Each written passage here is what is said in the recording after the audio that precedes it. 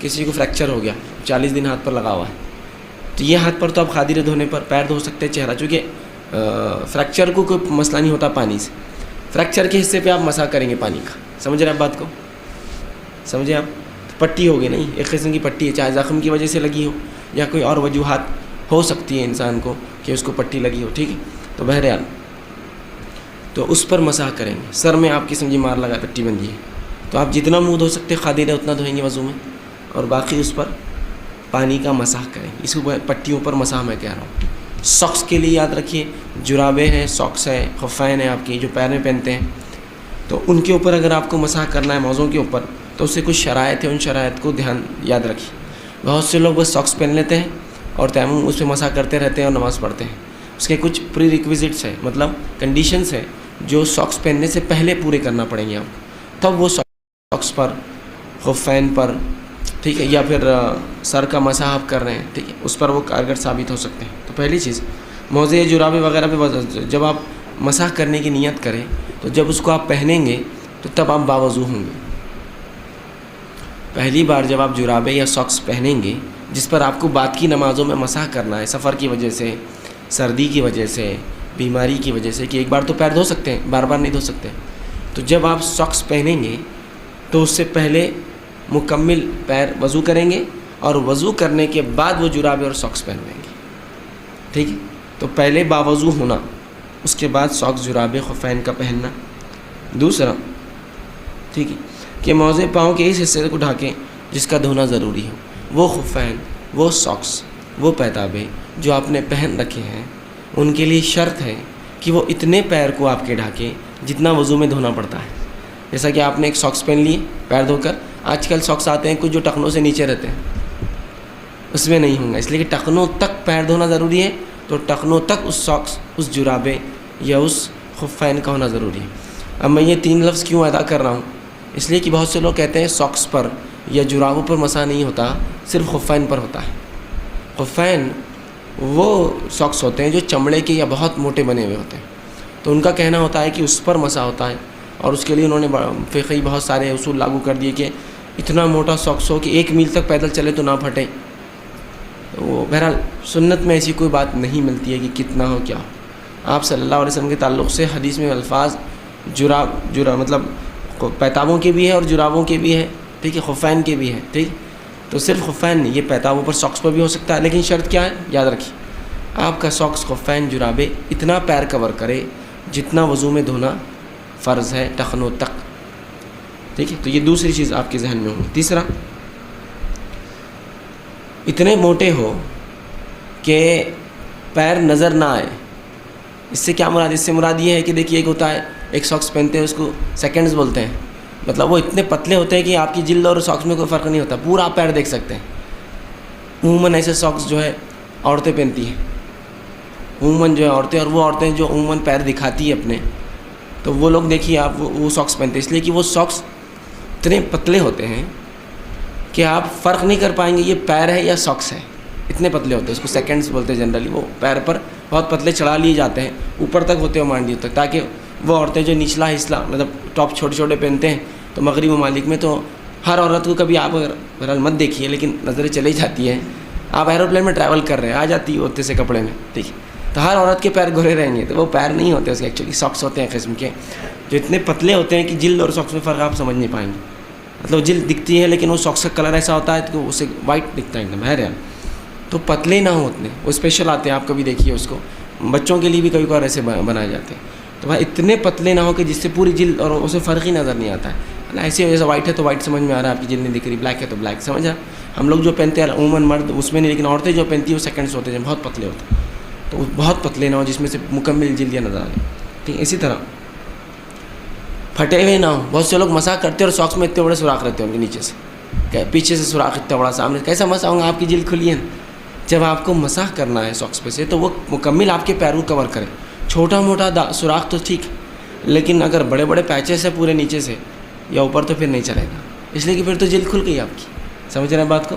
تو مکمل آپ کا اتنا حصہ ڈھکے ہو. اس میں سوراخ اگر چھوٹا موٹا ہو جاتا ہے ساکس میں، جانتا ہوں چلنے پہ بہت چھوٹا، ٹھیک ہے، لیکن پیچز نہ ہو بڑے بڑے، ٹھیک ہے. اگر ہو تو پھر سلے ہوئے الگ بات ہے، لیکن کھلے نہ ہو. عموماً ساکس میں ہوتا ہے، لوگ غور نہیں کرتے،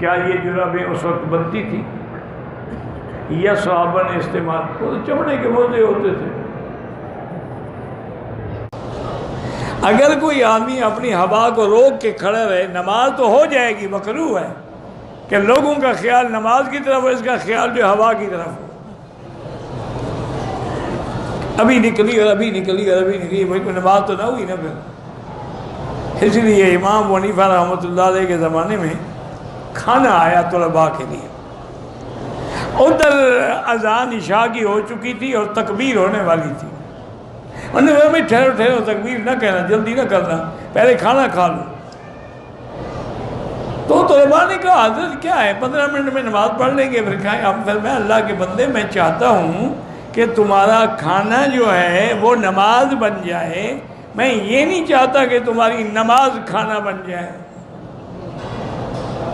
طلباء کو سمجھ نہیں. انہوں نے کہا جب نماز پڑھ رہی اور کھانے کی طرف نظر ہو تو نماز تو کھانا بن گئی. اگر کھانا کھا رہے ہیں لیکن فکر نماز کا لگا ہوا ہے تو پھر تو کھانا بھی نماز ہوگا. As the first question is concerned, that can he do wudu and wear the socks, and on the socks do masa, because it's difficult for him to take out his socks. He is in the healthcare industry, and can he refresh his wudu? The ruling for wudu is that if you are wearing socks, when you wear socks, should ensure that you are in the state of wudu. So if you ensure while wearing socks that you are in the state of wudu, then if your wudu breaks, while you are doing wudu, you need not remove your socks and wash your feet. You can do masa on top of your socks, that is permitted. And if you are a muqim, if you are a resident, you can do this for 1 full day. If you are a traveler, you can do for 3 days. And the ruling and the correct opinion is that from the time your wudu breaks and when you do the first masa, first wudu while doing masa, from that time you can do wudu till next 24 hours.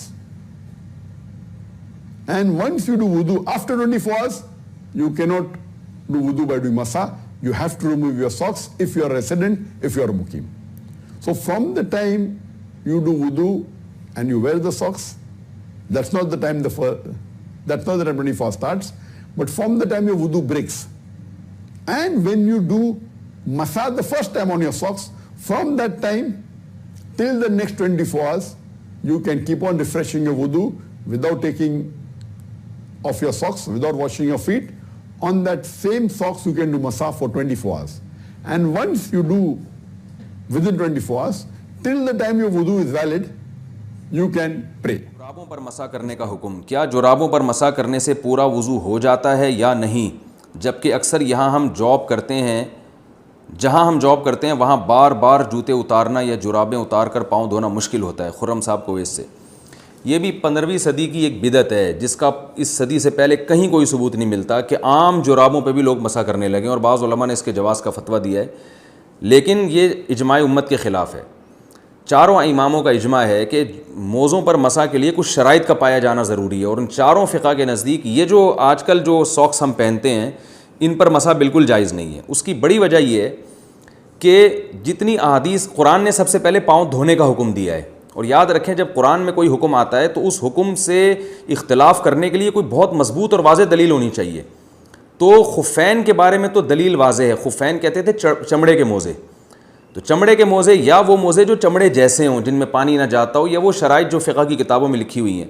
تو قرآن نے چونکہ پاؤں دھونے کا حکم دیا، اگر قرآن میں حکم نہ ہوتا پھر ہم کہیں سے بھی کوئی بھی روایت ملتی ہم لے لیتے، لیکن قرآن نے چونکہ پاؤں دھونے کا حکم دیا ہے واضح لفظوں میں، تو اب وہ متواتر قطعی ہے. اس سے انحراف انہی خاص شرطوں کے ساتھ کیے جائے گا جن پر بالکل واضح اور صریح احادیث موجود ہوں.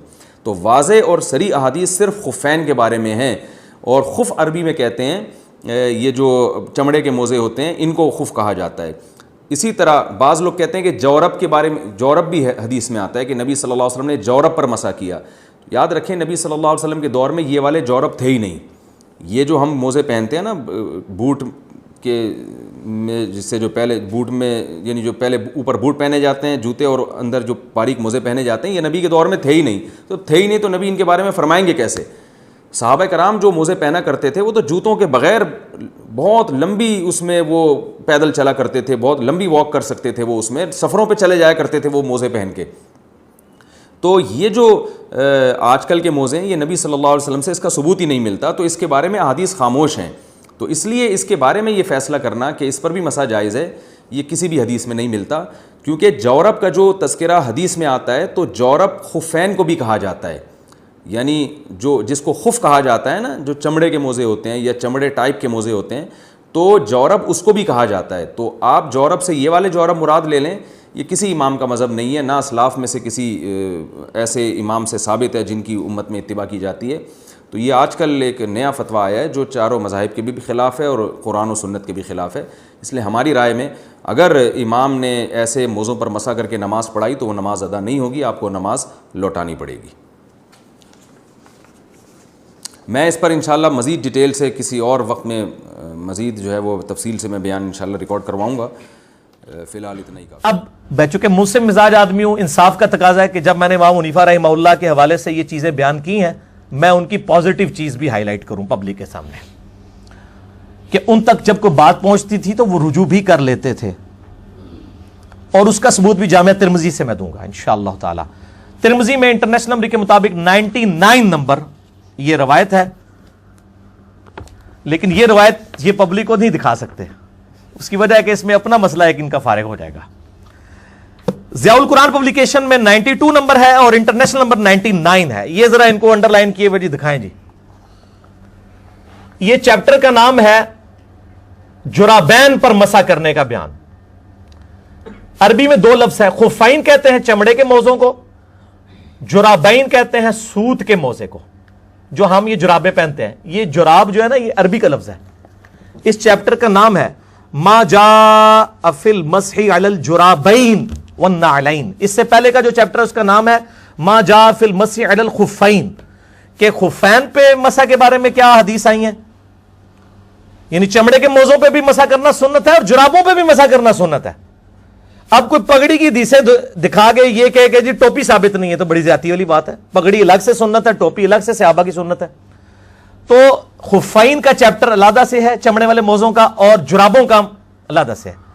تو اس میں حدیث لے کے آئے کہ نبی علیہ السلام نے جرابوں پر مسح کیا. اچھا, اس کے بعد امام ترمذی نے ایک واقعہ نقل کیا ہے اسی کانٹیکسٹ میں, وہ سنیں. ان کا میں ترجمہ پڑھ کے سن لوں گا. امام ابو عیسیٰ ترمذی فرماتے ہیں, میں نے صالح بن محمد ترمذی سے سنا, وہ فرماتے ہیں کہ ابو مقاتل سمرقندی کو فرماتے ہوئے سنا کہ وہ کہتے تھے کہ امام ابو حنیفہ کے پاس میں حاضر ہوا ان کی مرض الموت میں, یعنی جب وہ مرنے کے قریب تھے امام حنیفہ, اس بیماری میں ان کو ملنے گیا.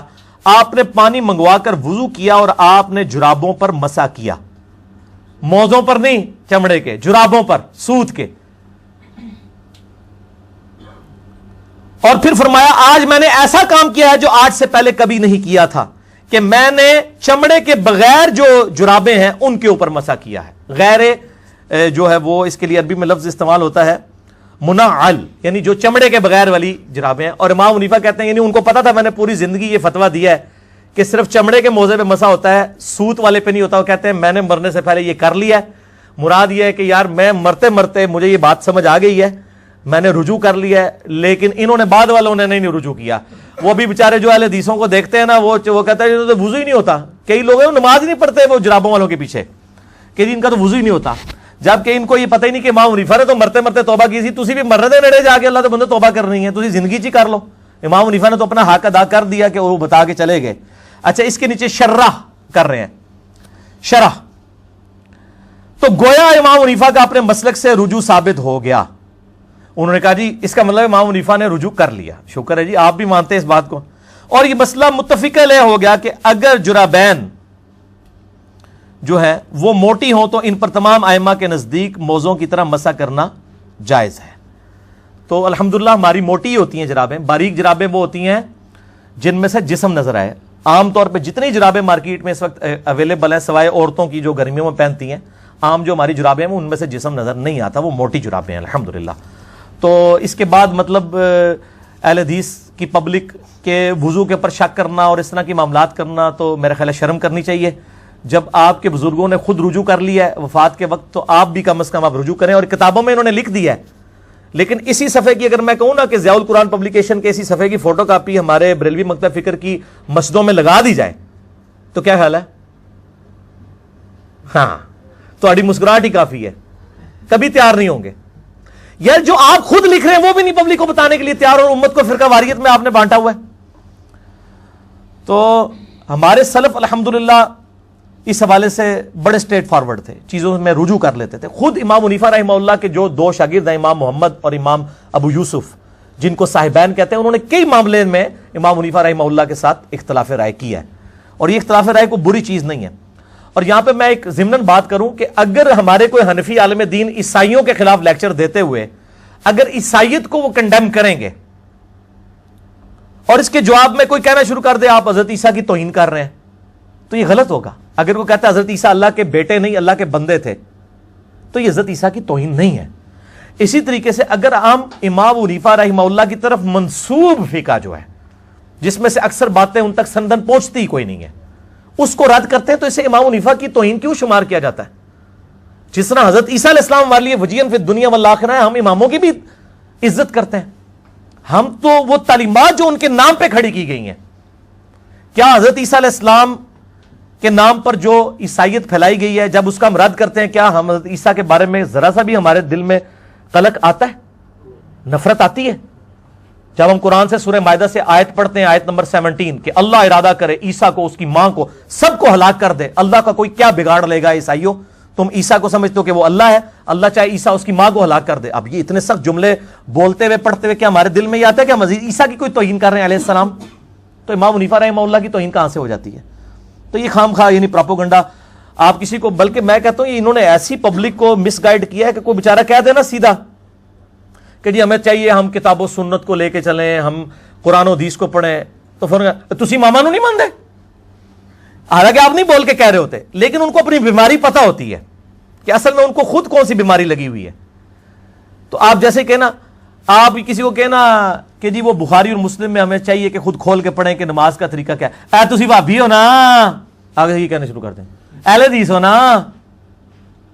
تو اب آپ کیا سمجھتے ہیں اتنے بولے ہیں, ان کو نہیں پتا کہ کیا لکھا ہوا ہے کتابوں میں؟ انہوں نے اپنے اوپر خود حجت تمام کر لی ہوئی ہے, ان کو پتا ہے. یہ اللہ کے سامنے لیم ایکسکیوز نہیں پیش کر سکتے کہ اللہ ہمیں دنیا میں پتہ نہیں چلا, اور انجینئر صاحب کے آنے کے بعد تو ویسے ہی نہیں کر سکتے. ہاں سیدھی جی گل ہے, ان دیکھو گنجائش نہیں رہی, ہر چیز HD کیمرے دکھا دیتی ہے الحمدللہ. اب تو ماشاءاللہ سوشل میڈیا کی برکت سے حق پھیل رہا ہے, بلکہ ماضی قریب سے میں نے دیکھا ہے حق پھیلنا شروع ہو گیا ہے.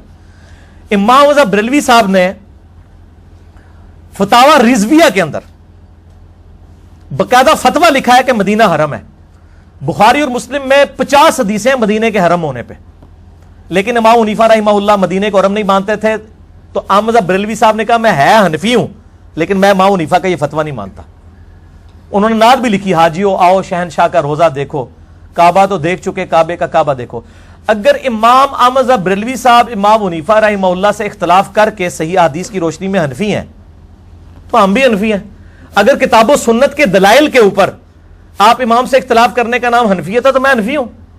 میں نے دیکھا نماز کا طریقہ بھی ان کا صحیح حدیث سے ثابت نہیں ہے. میں نے بخاری مسلم میں جو صحیح الاسناد حدیث تھی, رکوع میں جاتے وقت اور رکوع سے اٹھتے وقت رفع الیدین والا طریقہ ہم نے شروع کر دیا, اور ہم نے امام حنیفہ کے قول پہ عمل کیا. انہوں نے خود ہی فرمایا میری کوئی بات کتاب و سنت کے خلاف ہو تو اسے چھوڑ دو. وہ کہتا نہیں, انہوں نے چیلنج دیا, چیلنج نہیں دیا. آج میں نے دوسرا قول بھی ان کا بتا دیا. انہوں نے کہا کہ میری ہر بات نہ لکھا کرو, میری باتیں اگر کتاب و سنت کے خلاف ہوں, جب تک تمہیں اس کی دلیل معلوم نہ ہو اس وقت تک میرے قول پہ بھی عمل نہ کرو. تو انہوں نے چیلنج نہیں دیا ہوا تھا, عارضی شو کی تھی. آپ کیوں ان کو متکبر بنانا چاہتے ہیں؟ کوئی چیلنج نہیں کیا. یہ چیلنج پیغمبر کے علاوہ کوئی دے ہی نہیں سکتا, باقی تو سارے غیر معصوم ہیں. تو ماضی قریب سے یہ سلسلہ شروع ہوا ہے. یعنی احمد بریلوی صاحب نے بہت بڑی جرت کی. اس کے بعد غلام سعود سعیدی صاحب میرے استاد ہیں, جن سے میں نے کافی کچھ لرن کیا یعنی کتابوں کے ذریعے, رحمہ اللہ تعالی, کچھ عرصہ پہلے ہی فوت ہوئے. مفتی منیب الرحمان صاحب جو رویت ہلال کمیٹی کے چیئرمین ہیں, ان کے مدرسے میں شیخ الحدیث تھے. میں نے ان کے پاس یعنی 2-3 دفعہ حاضری ہوئی ہے. 22 مارچ 2007 کو میری ان کے ساتھ جو ملاقات ہوئی 1 to 1, بڑی ڈیٹیل ملاقات ہوئی. پوری رات میں ان کے پاس رہا. صبح میری فجر کے وقت تقریباً فلائٹ تھی اسلام آباد کی, تو میں ان کے ساتھ رہا. بڑے خوش ہوئے, اور ماشاءاللہ پکے مواحد تھے, لیکن بس وہ فرقے کی اثر کی وجہ سے کچھ چیزیں کھول کے بیان نہیں کرتے تھے. مجھے خود انہوں نے بتایا کہ جو میں نے پہلی شرح صحیح مسلم لکھی تھی اس میں نے لکھا تھا کہ اللہ کے علاوہ کسی کو مدد کے لیے نہ پکارا جائے، لیکن پھر سارے علماء میرے پاس آئے، انہوں نے کہا کہ حضرت صاحب ہمارے مسلک کا نقصان کر دیں گے، آپ لکھ دیں دونوں جائز ہیں۔ کہتے ہیں مجبوراً مجھے لکھنا پڑا، ورنہ مجھے بھی پتا ہے کہ اللہ ہی کو پکارنا چاہیے۔ ابھی بھی توحید پہ جتنا کچھ انہوں نے شرح مسلم میں لکھا ہے وہ کافی ہے۔ اس میں انہوں نے مدینے کے حرم ہونے والے معاملے میں بھی امام حنیفہ کا کہا کہ ہم حنفی ہو کے بھی ان کے اس قول کو چھوڑتے ہیں۔ شوال کے 6 روزوں کو امام حنیفہ نہیں مانتے تھے، امام مالک نے الموطا امام مالک میں لکھا ہے کہ مجھے یہ روزے نہیں پتا، حالانکہ 5 کتابوں میں آئے ہیں، مسلم، ابو داؤد، ترمذی، نسائی، ابن ماجہ میں، کہ جو رمضان کے بعد شوال کے 6 روزے رکھے اسے پورے سال کے روزوں کا ثواب ملے گا۔ میرا کلپ بھی ہے اس کے اوپر۔ لیکن غلام رسول سعیدی صاحب نے کہا نہیں، ہم شوال کے 6 روزوں کو مانتے ہیں، مسلم شریف میں حدیث آ گئی ہے۔ پھر عقیقہ کو زمانہ جاہلیت کی رسم کہتے تھے امام حنیفہ، لیکن انہوں نے کہا نہیں، ہم مانتے ہیں۔ اور اس کے بعد انہوں نے ایک سٹیپ اور آگے طے کروایا جو میں آج ویڈیو میں دکھانے لگا ہوں HD کیمرے میں۔ اکثر آپ نے سنا ہوگا فتاوی شامی کے اندر ابن عابدین شامی المتوفا 1252 ہجری، جنہوں نے رد المختار لکھی ہے، در مختار پہ حاشیہ ہے رد المختار۔ در مختار میں جو اعتراضات تھے نا فقہ حنفی کی کتاب پہ، ان کا رد کیا ہے رد المختار میں۔ یہ در مختار میں خے ہے خرگوش والی، اور رد المختار میں ہا ہے حلوائی والی، محتار ہے۔ وہ در مختار کا رد نہیں ہے، رد المختار نہیں ہے، رد المختار ہے۔ اس میں انہوں نے لکھا کہ اگر کسی شخص کو یہ یقین ہو کہ اپنے پیشاب اور اپنے خون سے اگر وہ تعویذ لکھے سورہ فاتحہ کا اور اس سے اس کو شفا ہو جائے گی تو یہ جائز ہے۔ اور ان کا یہ اسی طرح جیسے مجبوری میں خنزیر کا گوشت کھانا جائز ہے، تو تسی اللہ جو بندے ہو، وہ تو زندگی موت کی کشمکش ہوتی ہے، اور آپ جو ہے وہ تعویذ دھاگوں کے چکر میں جو ہے وہ قرآن کی توہین کر رہے ہیں۔ کسی حنفی عالم کی جرت نہیں ہوئی اس کا رد کرے۔ میں بڑے بڑے علماء کے پاس گیا، انکلوڈنگ تقی عثمانی صاحب کی بھی یہ جرت نہیں ہوئی ہے ان چیزوں کا رد کر سکیں، لیکن غلام رسول سعیدی صاحب اللہ تعالیٰ ان کو اسی بات کی وجہ سے ہی بخش دے ان کی خطاؤں کو، انہوں نے بڑی جرت کی ہے۔ یہ میں آج HD کیمرے میں دکھانے لگا ہوں غلام رسول سعیدی صاحب کی شرح صحیح مسلم کی 6 جلد۔ پہلے تو ٹائٹل دکھائیں، فرید بک سٹال۔ پاکستان میں بریلویوں کے 3 بڑے مکتبے ہیں، number 1 Shabbir brothers, number 2 Zia القرآن پبلیکیشن، اور نمبر 3 فرید بک سٹال، تینوں لاہور کے ہیں۔ 6 جلد میں اس کا PDF بھی آپ کو مل جائے گا آرام سے اسی نمبر پہ ہی ملے گا، اس کا PDF بھی چڑھا ہوا ہے۔ جلد 6 صفحہ نمبر 557، جلد 6 میں غلام رسول سعیدی صاحب کا یہ 556 بھی، یہ بھی دکھانا ہے اور یہ بھی دکھانا ہے۔ پہلے یہ رائٹ والا دکھائیں، اس کے بعد لیفٹ والا اوپر سے دکھائیے گا، یہ دونوں دکھائیں جی ان کو۔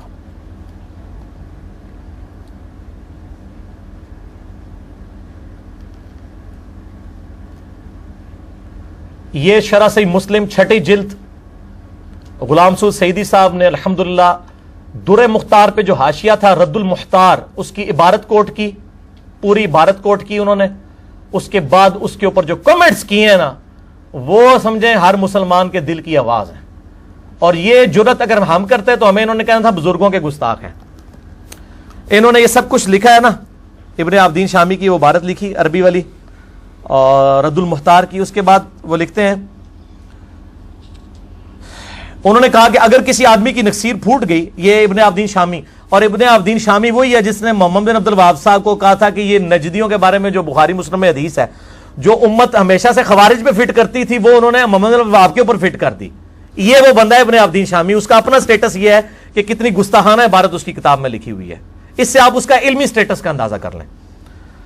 وہ کہتا ہے کہ انہوں نے کہا کہ اگر کسی آدمی کی نکسیر پھوٹ گئی اور اس نے خون کے ساتھ اپنی ناک اور پیشانی پر سورہ فاتحہ کو لکھ دیا تو یہ طلب شفا کے لیے جائز ہے، اور اگر یہ یقین ہو کہ پیشاب کے ساتھ لکھنے سے شفا ہوگی تو پیشاب کے ساتھ لکھنا بھی جائز ہے، لیکن یہ منقول نہیں ہے۔ اس کی وجہ یہ ہے کہ طلب شفا کی وجہ سے حرمت ساکت ہو جائے گی، جیسے بھوکے اور پیاسے کے لیے خنزیر کھانا اور شراب پینا حرام نہیں رہتا۔ انا للہ و انا الیہ راجعون۔ اس پہ غلام رسول سعیدی صاحب کے ذرا کمنٹ سنیں۔ میں کہتا ہوں کہ خون یا پیشاب کے ساتھ سورہ فاتحہ لکھنے والوں کے ایمان میں خطرہ ہے۔ اگر کسی آدمی کو روز روشن سے زیادہ یقین ہو کہ اس طرح کا عمل کرنے سے اس کو شفا ہو جائے گی، تب بھی اس کا مر جانا بہتر ہے اس کام کو کرنے سے۔ یہ اس نے اپنے بزرگوں کو کہا ہے کہ تسی ادھر چنگا سی ماری جاندے، ایک کام نہ لکھ دے تسی، اس کا مر جانا بہتر ہے کہ وہ خون یا پیشاب کے ساتھ سورہ فاتحہ لکھنے کی جرت کرے۔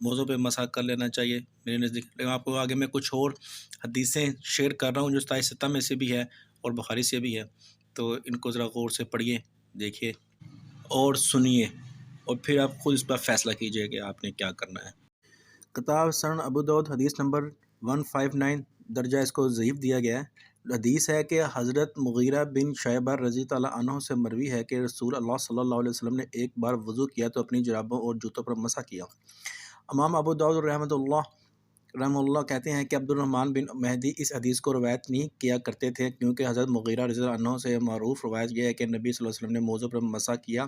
امام داؤد رحمہ اللہ کہتے ہیں کہ حضرت ابو موسیٰ اشعری رضی اللہ تعالیٰ عنہ سے بھی یہ مروی ہے نبی صلی اللہ علیہ وسلم نے جرابوں پر مسح کیا، مگر یہ متصل ہے کہ نہ قوی. امام ابو داؤد رحمہ اللہ کہتے ہیں کہ حضرت علی بن ابی طالب، ابن مسعود، برا بن عزب، انس بن مالک، ابو امامہ، سہل بن سعید اور عمر بن حارث رضی اللہ تعالیٰ عنہ نے بھی جرابوں پر مسح کیا، اور یہی بات حضرت عمر بن خطاب اور ابن عباس رضی اللہ عنہ نے بھی مروی ہے. دوسری حدیث ہے کتاب مسند احمد حدیث نمبر 753، یہ صحیح درجہ ہے. سیدنا مغیرہ بن شعبہ رضی اللہ عنہ سے مروی ہے کہ رسول اللہ صلی اللہ علیہ وسلم نے وضو کیا اور جرابوں اور جوتوں پر مسح کیا. اگلی حدیث ہے کتاب مشکات الحدیث نمبر 523، درجہ ضعیف ہے. حضرت مغیرہ بن شعبہ رضی اللہ عنہ بیان کرتے ہیں نبی صلی اللہ علیہ وسلم نے وضو فرمایا، آپ نے جرابوں اور جوتوں پر مسح کیا. اس اگلی حدیث ہے میں نے نبی کریم صلی اللہ علیہ وسلم کو وضو کرایا، آپ نے اپنے موضوع پر مسح کیا اور نماز پڑھی. کتاب صحیح بخاری ہے حدیث نمبر 388، درجہ صحیح ہے اس کا. اگلی حدیث ہے کتاب صحیح بخاری ہے حدیث نمبر 5798، درجہ صحیح ہے. نبی کریم صلی اللہ علیہ وسلم نے قضاء حاجت کے لیے باہر تشریف لے گئے، پھر واپس آئے تو میں پانی لے کر حاضر تھا. آپ نے وضو کیا اور آپ شامی جبہ پہنے ہوئے تھے. آپ نے کلی کی اور ناک میں پانی ڈالا، اپنا چہرہ دھویا، پھر اپنی آستینیں چڑھانے لگے، لیکن وہ تنگ تھی، اس لیے آپ نے اپنے ہاتھ جبے کے اندر سے نکالے اور انہیں دھویا اور سر پر اور موزوں پر مسح کیا. اگلی حدیث کتاب صحیح حدیث ہے حدیث نمبر 387، درجہ صحیح ہے، بخاری شریف کی حدیث ہے. میں نے جریر بن عبداللہ کو دیکھا، انہوں نے پیشاب کیا، پھر وضو کیا اور اپنے موضوع پر مسح کیا، پھر کھڑے ہوئے اور موزوں سمیت نماز پڑھی. آپ سے جب اس کے متعلق پوچھا تو کہا گیا تو فرمایا کہ میں نے نبی کریم صلی اللہ علیہ وسلم کو ایسا ہی کرتے دیکھا ہے. ابن نخی نے کہا کہ یہ حدیث لوگوں کے نظر میں بہت پسندیدہ تھی، کیونکہ جریر رضی اللہ عنہ آخر میں اسلام لائے تھے. اگلی حدیث ہے کتاب صحیح بخاری کی حدیث نمبر 205، درجہ صحیح ہے. میں نے رسول کریم صلی اللہ علیہ وسلم کو اپنے امامے اور موضوع پر مسح کرتے دیکھا اور اس کو روایت کیا معمر نے یحییٰ سے و ابو سلمہ سے. انہوں نے عمرو سے مطابقت کی اور کہا کہ میں نے رسول اللہ صلی اللہ علیہ وسلم دیکھا، اپنے واقعی ایسا کیا کرتے تھے. یہاں پہ ایک بات اور بھی واضح ہوتی ہے کہ امامے پہ بھی آپ مسح کر سکتے ہیں. اگر دیکھا جائے تو امامہ چمڑے کا نہیں ہوتا، تو لہٰذا یہ بات بالکل واضح ہو جاتی ہے کہ اگر جرابیں چمڑے کی نہیں ہیں تو اس پہ مسح کیا جاتا ہے، بشرطے وہ موٹی ہوں، کیا مسح کرنے سے وہ گیلی نہ ہو جائے، پڑھنے چلنے میں دشواری نہ ہو، جس سے جسم دھڑکتا نظر. ایسی موضوع پہ مسح نہ کریں جو پاؤں جس سے نظر آتا ہو. اس سے اگلی حدیث ہے کتاب صحیح بخاری حدیث نمبر 204، درجہ صحیح ہے. انہوں نے رسول کریم صلی اللہ علیہ وسلم کو موضوع پر مسح کرتے ہوئے دیکھا. اس حدیث کو متابع میں حرب اور ابان نے یحییٰ سے حدیث نقل کی ہے. اگلی حدیث ہے ایک دفعہ آپ صلی اللہ علیہ وسلم رفع حاجت کے لیے باہر گئے تو مغیرہ پانی کا ایک برتن لے کر آپ کے پیچھے گئے. جب آپ قضاء حاجت سے فارغ ہوئے تو مغیرہ نے آپ کو وضو کراتے ہوئے آپ کے اعضاء مبارک پر پانی ڈالا. آپ صلی اللہ علیہ وسلم نے وضو کیا، موضوع پر مسح فرمایا. یہ کتاب صحیح بخاری کی ہے حدیث نمبر 203 ہے، درجہ صحیح ہے اس کا. اگلی حدیث ہے رسول اکرم صلی اللہ علیہ وسلم نے موضوع پر مسح کیا. عبداللہ بن عمر رضی اللہ عنہ نے اپنے والد ماجد عمر رضی اللہ عنہ سے ان کے بارے میں پوچھا. انہوں نے کہا کہ سچ ہے اور یاد رکھو جب تم سے سید رسول اللہ صلی اللہ علیہ وسلم سے کوئی حدیث بیان فرمائے تو اس کے متعلق ان کے سوا کسی دوسرے آدمی سے مت پوچھو. اور موسیٰ بن عقبہ کہتی ہے کہ مجھے ابو الناظر نے بتایا کہ انہیں ابو سلمہ نے خبر دی اور سعید بن ابی وقاص نے ان سے رسول اللہ صلی اللہ علیہ وسلم کی یہ حدیث بیان کی کہ پھر عمر رضی اللہ عنہ نے اپنے بیٹے سے عبداللہ سے کہا کہ ایک سفر میں رسول اللہ صلی اللہ علیہ وسلم کے ساتھ تھے، وہاں آپ رفع حاجت کے لیے تشریف لے گئے. جب آپ واپس آئے تو آپ صلی اللہ علیہ وسلم نے وضو شروع کیا تو مغیرہ بن شعبہ نے آپ کے اعضائے وضو پر پانی ڈالنے لگے. آپ صلی اللہ علیہ وسلم وضو کر رہے تھے، آپ نے اپنے منہ اور ہاتھ کو دھویا، سر کا مسح کیا اور موضوع پر مسح کیا. کتاب صحیح بخاری حدیث نمبر 182، درجہ صحیح ہے.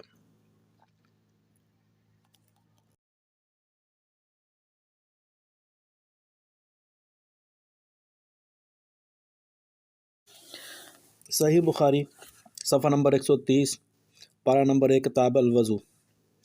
ہم سے اسباب بن الفرج نے بیان کیا، وہ ابن وہب سے روایت کرتے ہیں کہ ان سے عمر نے بیان کیا، ان سے ابو نضر نے بیان کیا، ابو سلمہ بن عبد الرحمن کے واسطے نقل کیا، وہ عبد الرحمن بن عمر سے، وہ سعد بن ابی وقاص سے، وہ رسول اللہ صلی اللہ علیہ وسلم سے روایت کرتے ہیں کہ رسول صلی اللہ علیہ وسلم نے موضوع پر مسح کیا۔ عبد بن عمر رضی اللہ عنہ نے حضرت عمر رضی اللہ عنہ سے ان کے بارے میں پوچھا تو انہوں نے کہا کہ ہاں آپ صلی اللہ علیہ وسلم نے مسح کیا۔ جب تم سے سعد رسول اللہ صلی اللہ علیہ وسلم نے کوئی حدیث بیان کرے تو اس کے متعلق ان کے سوا کسی اور دوسرے آدمی سے مت پوچھو۔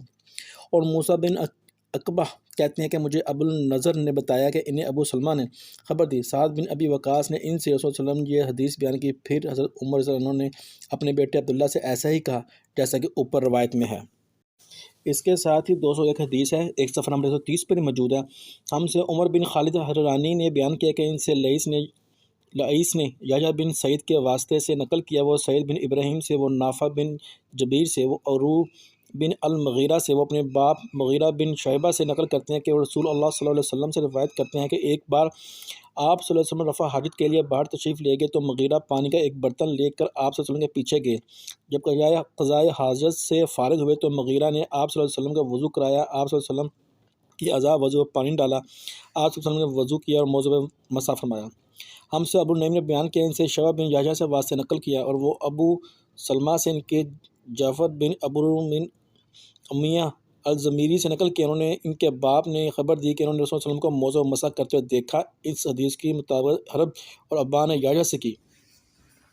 ہم سے آگے حدیث نمبر 203 ہے، صفحہ نمبر 131۔ ہم سے عبدان نے بیان کیا، انہوں نے عبداللہ بن نے خبر دی اور انہیں الزری سے یحییٰ نے واسطے بتایا، ابو سلمہ سے، وہ جعفر بن عمر بن امیمہ سے، وہ اپنے باپ سے روایت کرتے ہیں کہ میں نے رسول اللہ صلی اللہ علیہ وسلم کو اپنے ماما اور موضوع میں مسح کرتے ہوئے دیکھا۔ ان کو روایت کیا کہ محمد نے یحییٰ سے، انہوں نے ابو سلمہ نے سے، انہوں نے عمر سے مطابقت کی اور کہا کہ میں نے رسول صلی اللہ علیہ وسلم کو دیکھا۔ میرے نزدیک یہ ہے کہ جتنی حدیثیں میں نے پڑھی ہیں، دیکھی ہیں، علماء کرام کا بیان سنا ہے، سے یہ ظاہر ہوتا ہے کہ موضوع پہ مسح، جرابوں میں مسح کرنا ٹھیک ہے۔ اگر ہم امامے پہ مسح کر سکتے ہیں، ٹوپی پہ مسح کر سکتے ہیں، تو جرابوں اور موضوع پہ مسح کر سکتے ہیں۔ یہ اس سے اگلی حدیث ہے، حدیث صفحہ نمبر 131 ہے، پارہ 1 کی کتاب الوضو ہے، جلد بخاری اول ہے، اور وضو کے بعد موزے پہننا۔ ہم سے ابو نعیم نے بیان کیا کہ ان سے ذکر نے اور عامر سے عروہ بن المغیرہ سے، وہ اپنے باپ مغیرہ سے روایت کرتے ہیں کہ میں ایک سفر میں رسول اللہ صلی اللہ علیہ وسلم کے ساتھ تھا تو میرا ارادہ ہوا کہ وضو کرتے وقت آپ صلی اللہ علیہ وسلم کے موزے اتار ڈالوں۔ تب آپ صلی اللہ علیہ وسلم نے فرمایا انہیں رہنے دے، کیونکہ جب میں نے انہیں پہنا تو میرے پاؤں پاک تھے، یعنی میں باوضو تھا، لہٰذا آپ صلی اللہ علیہ وسلم نے اس پہ مسح کیا۔